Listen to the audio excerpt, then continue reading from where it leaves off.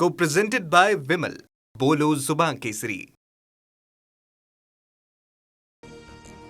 उपमुख्यमंत्री एकनाथ शिंदेंची 4 मंत्र्यांच्या कामगिरीवर नाराजी. जनतेच्या कामावर आणि पक्षवाढीवर लक्ष द्या. शिंदेंच्या मंत्र्यांना सूचना, सूत्रांची माहिती. काँग्रेस अतिशय खालच्या स्तरावर उतरलंय. एका भगिनीचा अपमान करणं निंदनीय. गुंगी गुडिया या वादावरून फडणवीस शिंदेंची टीका, तर वेळ आल्यावर बोलेन. उपमुख्यमंत्री सुनेत्रा पवारांचे उत्तर. काँग्रेस विरोधात मुंबईमध्ये आज राष्ट्रवादीचं आंदोलन. सुनेत्रा पवारांवरील गुंगी गुडिया या टीकेनंतर राष्ट्रवादी आक्रमक.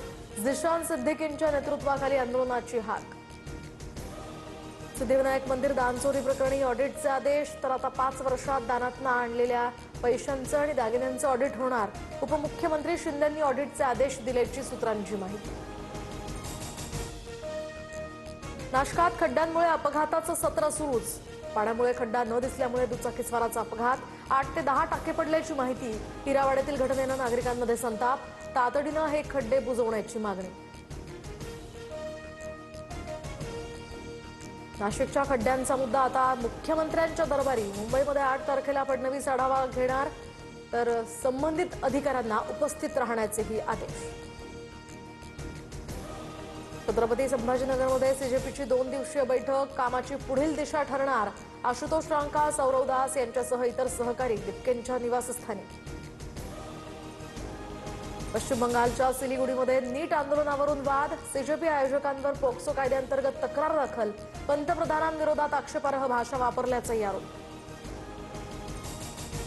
बांगलादेशच्या माजी पंतप्रधान शेख हसीना यांची आज दिल्लीमध्ये पत्रकार परिषद. बांगलादेशात सत्ता बदलाला 2 वर्ष पूर्ण. हसीनांच्या पत्रकार परिषदेमुळे ढाक्यामध्ये हाय अलर्ट. शिवसेना पक्ष आणि चिन्हासंदर्भात सुप्रीम कोर्टात आज पुन्हा सुनावणी. ठाकरेंच्या याचिकेवर कपिल सिब्बल आज कोर्टात युक्तिवाद करणार.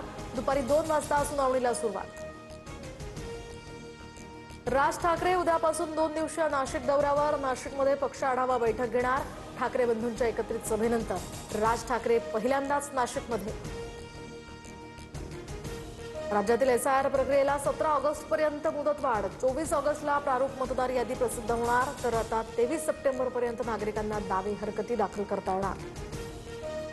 मुंबई पालिका रुग्णालयातील ओपीडी सेवा बंद. आजपासून केईएम, नायर, सायन आणि कुपर रुग्णालयातील निवासी डॉक्टरांचा हा निर्णय.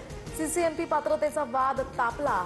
रुग्णसेवेवर मोठा. मध्य महाराष्ट्र आणि विदर्भामध्ये मुसळधार पावसाचा इशारा. रायगड आणि पुण्यासाठी ऑरेंज अलर्ट. नागरिकांना काळजी घेण्याचे आवाहन. ब्राझीलमधील एका केमिकल प्लांट. प्रदीप रावत यांचं कर्करोगानं निधन. वयाच्या 74व्या वर्षी घेतला अखेरचा श्वास. आमिर खानचं गजनी, लगान हे चित्रपट त्यांनी गाजवले. Co-presented by Vimal. बोलो जुबान केसरी.